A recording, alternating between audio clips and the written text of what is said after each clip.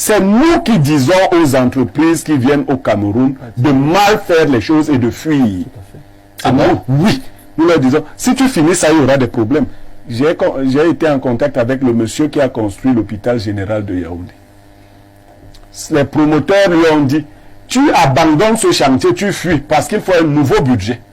Incroyable. Mais regardez, vous parlez de Limbe, votre autoroute a déjà bouffé tout l'argent qui était prévu pour l'autoroute. C'est comme ça que à 60 km. Vous êtes à 60 km depuis que le monde existe. Le jeune qui dit là que on n'a pas eu 40 ans de quoi? De marche dans le désert. Je prie Dieu que sa vie marche comme les 40 ans de Biya. C'est-à-dire que Dieu lui donne une vie aussi prospère que les 40 ans de Biya. Amen. Voilà. Donc, et là, à la fin de sa vie, il verra ce que sa vie a été. Un océan de larmes, de multiples langueurs. C'est un pandémonium. Nous vivons dans un pandémonium. Oh là là, le mot est fort. Oui. Tout est raté. On commence des projets et on les abandonne en route. Et les gens sont là. Quand les gens ont vu comme était 3,1% des voleurs en prison, ils ont vite fait les calculs. Ils se sont dit, bon, nous sommes 300.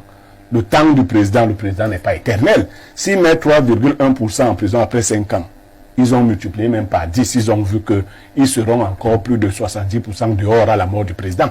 Donc, leur prière, c'est seulement de ne pas être dans les 3,1% tous les 5 ans.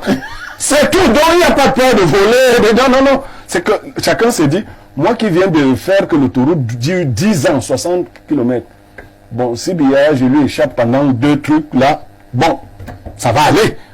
Tel aussi qui se dit le stade, on ne sait même pas combien de milliards ces gens volent. Mais humainement, même ils n'auront pas le temps d'utiliser ces milliards.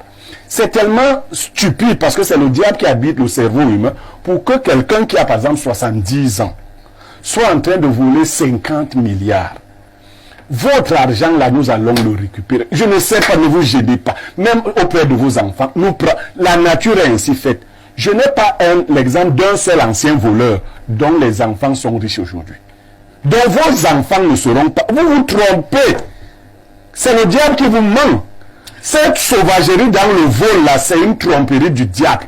Vous volez l'argent des hôpitaux. Les gens ont dit 11 universités. Nous n'avons aucune université camerounaise n'est classée parmi les 30 premières universités d'Afrique. La première, aucune. La première, M. Niemek, est 39e ex-aequo avec une égyptienne. Alors, donc, nous avons de grands lycées qui ont été dispatchés ici et là, avec des enseignants qui ont l'air de ce que Aimé Césaire décrit dans Cahier d'un retour au pays natal. Quand vous voyez les enseignants d'université, vous demandez si, comme le CHU est à côté et tout, s'ils sont...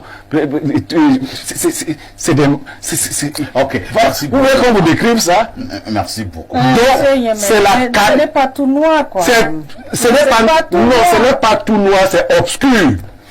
Vous avez raison, ce n'est pas noir, c'est obscur. On regarde, on ne voit rien. Honorable pense que ce n'est pas tout noir. Je suis d'accord, parce que dans le noir, on voit quand même. Permettez-moi de prendre un deuxième verre d'eau. Moi, c'est Christian. Ok, papa Christian, j'ai une petite question pour vous ce matin. Jusqu'à aujourd'hui, quelle a été la pire erreur de votre vie? La pire erreur de ma vie, c'est d'être Camerounais.